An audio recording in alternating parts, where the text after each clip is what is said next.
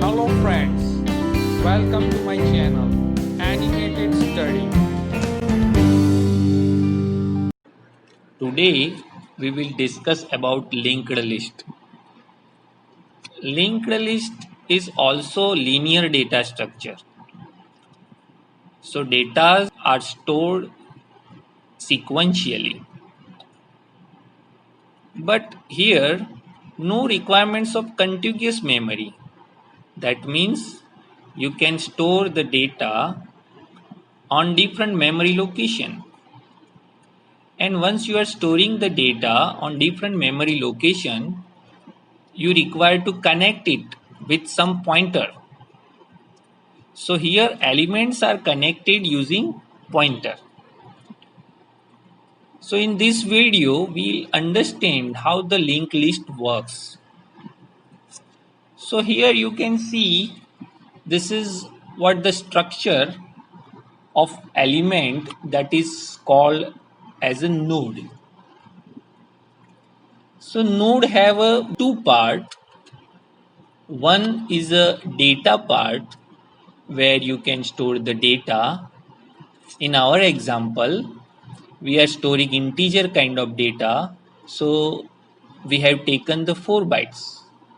If you are taking data like double, you can take here 8 bytes. Second part of the node is link part.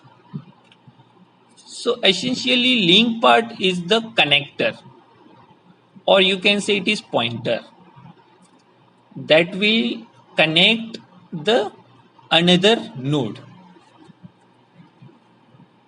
So head is one variable used as a pointer, and that will store the first address of this node, that is 101.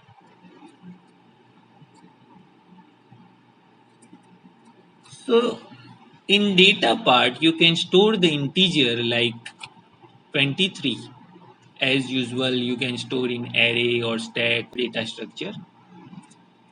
Here we can store 23, and right now this node is not connected with any other node. In link part we will take null.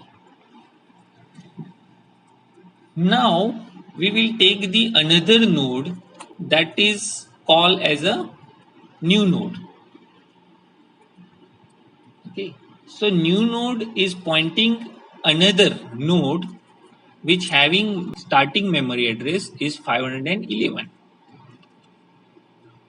Now, similar to the first node, in the data part, you can store any value of integer data, that is 10 in our case, and in the link part, you can store null. Now, if you want to connect these two nodes, if you want to build the linked list, what you will do? So, now in the first node, link part, you stored the memory address of second node, that is 511. So now the list is connected. Okay, so now you are storing this 511 instead of new variable. Now you are storing 511 in the link part of the first node. This is what the basic idea about the linked list. So now you have a list of two elements and it is linked with this pointer. For better idea, let's try with third node. Third node is stored on some different memory locations. Let's say it is 850. Temporarily it is stored with the new variable. And you can see here, you can store the data parts. It may be 35 and the link part. Okay, that is null.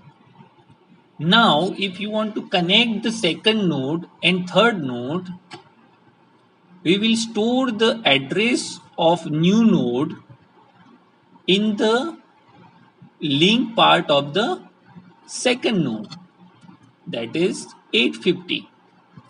So now the second node is connected to the third node via pointer.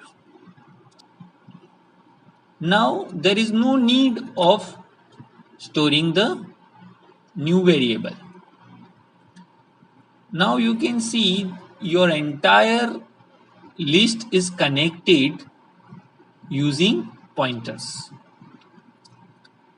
So now you require to store only head address in the head variable. So head variable is storing address 101. If you take the first 4 bytes, you will access the data part.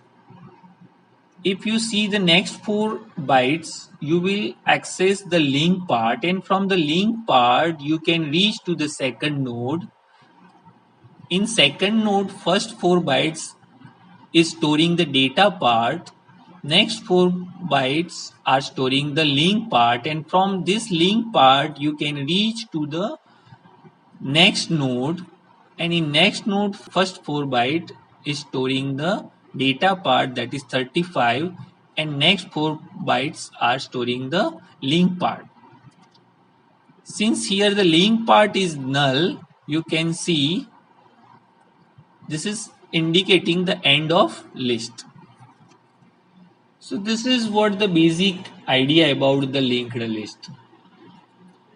So in the upcoming videos, we will see how to insert and delete the elements in the linked list.